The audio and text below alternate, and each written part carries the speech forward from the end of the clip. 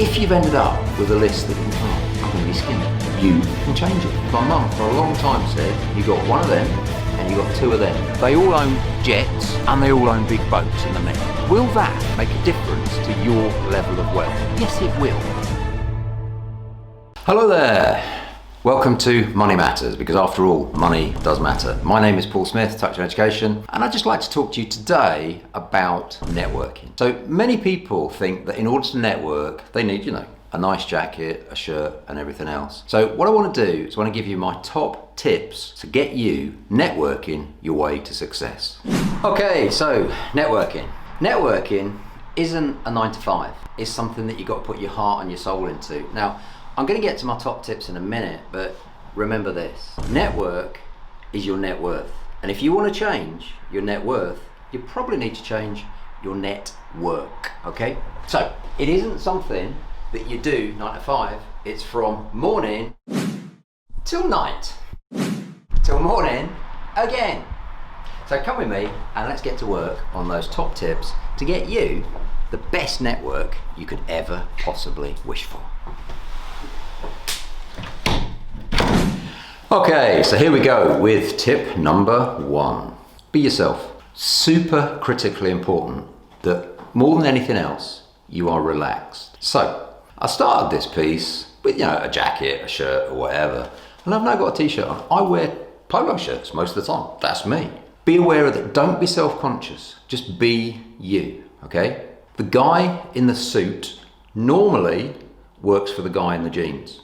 Just remember that. Appearances can be deceptive. You've heard that before. If I'm thinking about the very, very wealthy people that are now in my network that I'm fortunate to count as friends, they don't look like they're super wealthy. They look like they're super comfortable.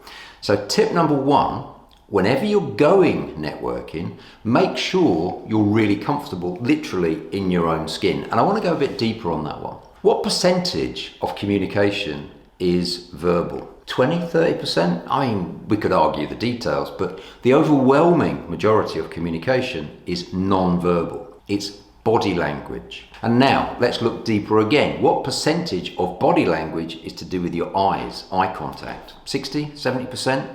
And if you're not comfortable, if you don't believe you should be there, then instantly you're giving that message to other people. So if you're not used to a shirt and tie, don't truss yourself up like a stuffed turkey just to try and impress someone. Be you. So tip number 1, super important, be you. And the additional benefit of that is that we attract people that like us. So you're going to attract the wrong people if you're not you. So I've probably said it enough times now. So tip number 1, be you. Okay, so tip number 2 for networking.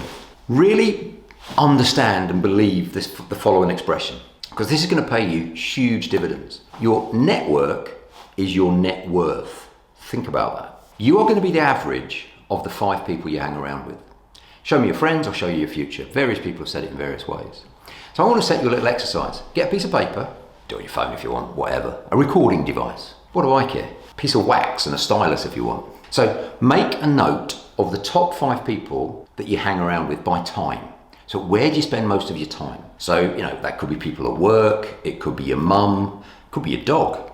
I'm saying 5 people ideally, but not everybody has got 5 people they hang around with. So list of 5 names that you hang around with the most. Then 2 columns next to it. Column number 1, I want you to put on a scale of 0 to 10, 0 being miserable, 10 being optimistic, how positive or negative they are. So against each name, score them between 0 and 10, miserable, positive, okay? Next, I want you to put just one more number you need to put down now. Okay, in exact round numbers, not decimals, not one day, not hopefully, make a note of how many million they're worth. And if you don't know how many million they're worth, it's because they're not rich. Poor people don't talk about money. Wealthy people do. I have conversations about cash, about business, about how we can improve each other's net worth on a regular basis with my closest friends, with the people I hang around with. Now, if you just put together a list, a top 5 of miserable, skint people, that's where you're going to be. If on the other hand, you've put a list of 5 uber successful, really wealthy, optimistic people, that's what you're going to be too. Now, if you've ended up with a list that you think, oh, I'm going to be skint. Well, it doesn't have to stay that way, does it? You can change it. So tip number 2, your network is your net worth. 5 people, score them. And if you don't like the scores on the doors, do something about it. Okay, so tip number 3. Hope you're finding these useful, by the way. Don't ask for anything. Offer. Give to receive.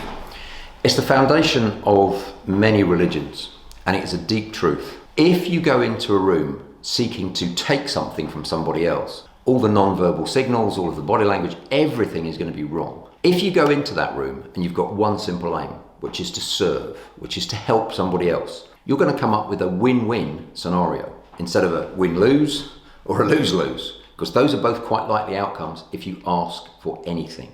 So offer.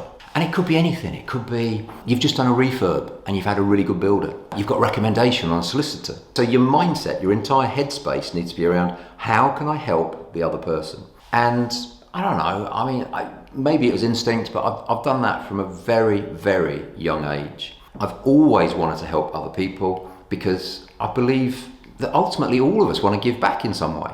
So if your very simple objective is how can I help that other person with whatever issue they've got? Here's where my mum comes in, because my mum for a long time said, you got one of them and you got 2 of them. That is the order in which you should use them. You should listen twice as much as you speak, because if you want to help somebody else, here's the thing. If you're speaking, guess what you're doing? You're saying something you already know, because you can't talk about it. I mean, if you have no concept, you can't possibly talk about it unless you already know it. On the other hand, if you're listening, you might just learn something. So if your objective when you go into that room is to help other people and to listen twice as much as you speak, you're on the right track. Okay, tip number 4. It's time to get out there and do it. Or is it? Can you actually do this from home? I think it was the Prime Minister of Denmark said that because of the coronavirus and everything else, the adoption of online technologies advanced 10 years in 10 weeks during lockdown. And I think that's very true. So it used to be the case, to go networking, you physically had to go out. Now, not so much. So whether it's Zoom, whether it's Facebook, whether it's whatever. So here's a great example of a really, really active Facebook community. This is the Touchstone education community. We've got knocking on for 10,000 members. They're all interested in property. They're all interested in wealth. And as you can see from the feed here, there's a lot of interaction going on. There's a lot of technical questions going on. And there's a lot of deals getting done. For every good deal in the Touchstone education community, typically there's twice as much money chasing it. The thing there's a shortage of in this world, get this out of your head, there's no shortage of money. There's a shortage of opportunities. There's a shortage of deals. So if you can master the art of bringing deals to the table, you will become wealthy. Okay, so tip number 5. Some people see networking as a game, maybe even a game of chess. But here's the thing with a game of chess. You've got to know the move.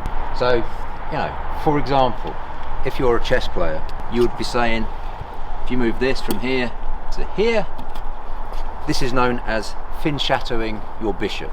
Quite technical. Networking's not like that. So my 5th and final tip is, it's actually very, very simple. To be a good chess player, you've got to learn the moves. You've got to have an education. To return to one of my earlier tips, to be a good networker, you just got to be you. Because here's the thing, with chess, there's a winner and a loser. That's not like that with networking. With networking, you can change the rules. Don't go anywhere, stay there. There are no rules. So if I want to, look, another rook or castle if you prefer. Well, there's already 2 on the board, Paul. You can't bring a 3rd rook in. Yes, you can. As long as you're all happy, there are no rules. So don't get yourself tied up in knots. Oh, I can't go networking because I don't know all the rules yet. Just crack on, have a go. I mean, guess what? Before I learned to play chess, I had to learn how to play chess. And it's quite complex, there's quite a lot of rules. With networking, there are no rules. When you go into a room for a networking event, it's not like you go through an airport body scanner and they check all your credit cards and your wallet to make sure, he's skint, he's not allowed in. They don't do that. Anyone can network and there are no rules.